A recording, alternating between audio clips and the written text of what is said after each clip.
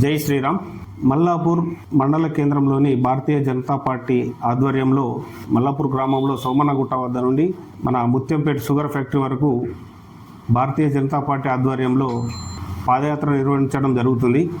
తేదీ 27/7/2025 ఆదివారం రోజున ఉదయం 8 గంటలకు ప్రారంభమై సాయంత్రం వరకు షుగర్ ఫ్యాక్టరీని చేరుకొని ఆ షుగర్ ఫ్యాక్టరీని పునరుద్ధరించాలని చెప్పేసి కాంగ్రెస్ ప్రభుత్వాన్ని డిమాండ్ చేస్తూ పాదయాత్ర నిర్వహించడం జరుగుతుంది.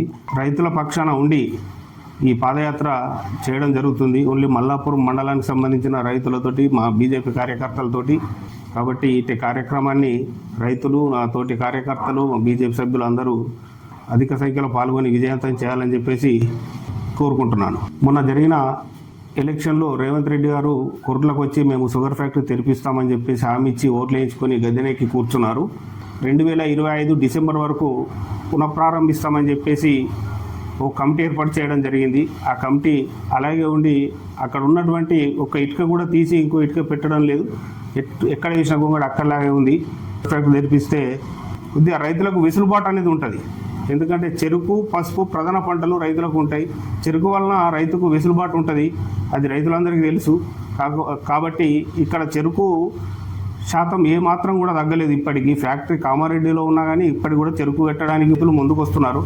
భారతీయ జనతా పార్టీ ఇచ్చిన హామీ పసుబోర్డు తెస్తామని చెప్పేసి మా పార్లమెంట్ సభ్యులు గౌరవనీయులు ధర్మపురి అరవింద్ గారు ఇచ్చిన మాట ప్రకారం పసుబోర్డు తీసుకురావడమే కాకుండా ఈ కార్యాలయాన్ని నిజామాబాద్లో ఏర్పాటు చేసి రైతు బిడ్డనే చైర్మన్గా చేసి రైతుల పక్షాన ఉన్నాడని చెప్పేసి గర్వంగా మేము చెప్పుకోవడం జరుగుతుంది. ఏ పార్టీ రైతుల పక్షాన ఉంది, రైతుల కోసం ఏ పార్టీ పనిచేస్తుంది అనేది అందరూ చూస్తున్నారు. ఇప్పటికి కూడా జై జవాన్, జై జవాన్. రైతన్నలందరూ కదలి రావాలని మా మల్లాపూర్ మండల బీజేపీ నుంచి ఇదే మా ఆహ్వానంగా మీకు తెలియజేస్తూ ఉన్నాం. టీఆర్ఎస్ ప్రభుత్వం కానీ, కాంగ్రెస్ ప్రభుత్వం కానీ షుగర్ ఫ్యాక్టరీ ఒక రాజకీయ చక్రం లెక్క దీన్ని వాడుకొని రాజకీయం చెలమని అవుతున్నారు నాయకులు. దయచేసి రైతులు ఆలోచించాలా.